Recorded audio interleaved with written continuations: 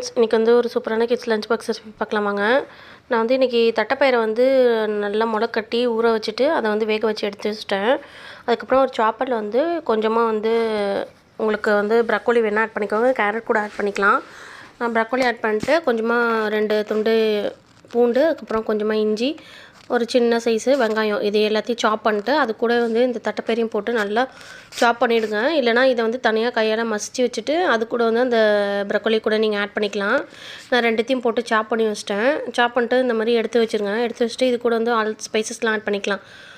தேவையான அளவு உப்பு ஆட் பண்ணிவிட்டு கொஞ்சமாக மஞ்சத்தூள், மிளகுத்தூள், ஜீரகத்தூள், அதுக்கப்புறம் வந்து கொஞ்சமாக கரம் மசாலா, அவ்வளோதான். இது மட்டும் ஆட் பண்ணிட்டு நல்லா வந்து மிக்ஸ் பண்ணிக்கோங்க. உங்கள்கிட்ட கோரியண்டர் லீஃப் இருந்தால் மேலே கூட நல்லா சாப் பண்ணி அதையும் ஆட் பண்ணிக்கோங்க. நல்லா குட்டி குட்டியாக கட் பண்ணி கோரியண்டர் லீஃப் ஆட் பண்ணிங்கன்னா இன்னும் ஃப்ளேவர் நல்லாயிருக்கும்.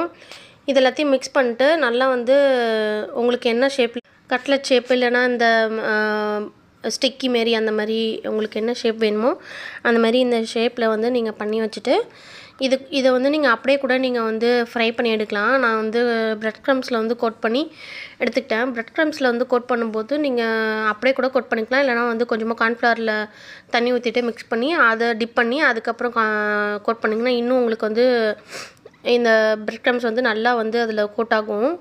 ஸோ இதை வந்து நீங்கள் ஏர் ஃப்ரையரில் வச்சு அப்படியே எடுத்துக்கலாம். லைட்டாக கீ அப்ளை பண்ணிட்டு நான் வந்து இன்றைக்கி பேனில் வந்து கீ போட்டுட்டு அதில் தான் நான் வந்து டோஸ்ட் பண்ணி எடுத்தேன். நல்லா டேஸ்ட்டாக இருந்துச்சு. ட்ரை பண்ணி பார்த்துட்டு எப்படி இருக்குன்னு கமெண்ட் பண்ணுங்கள். தேங்க்ஸ் ஃபார் வாட்சிங்.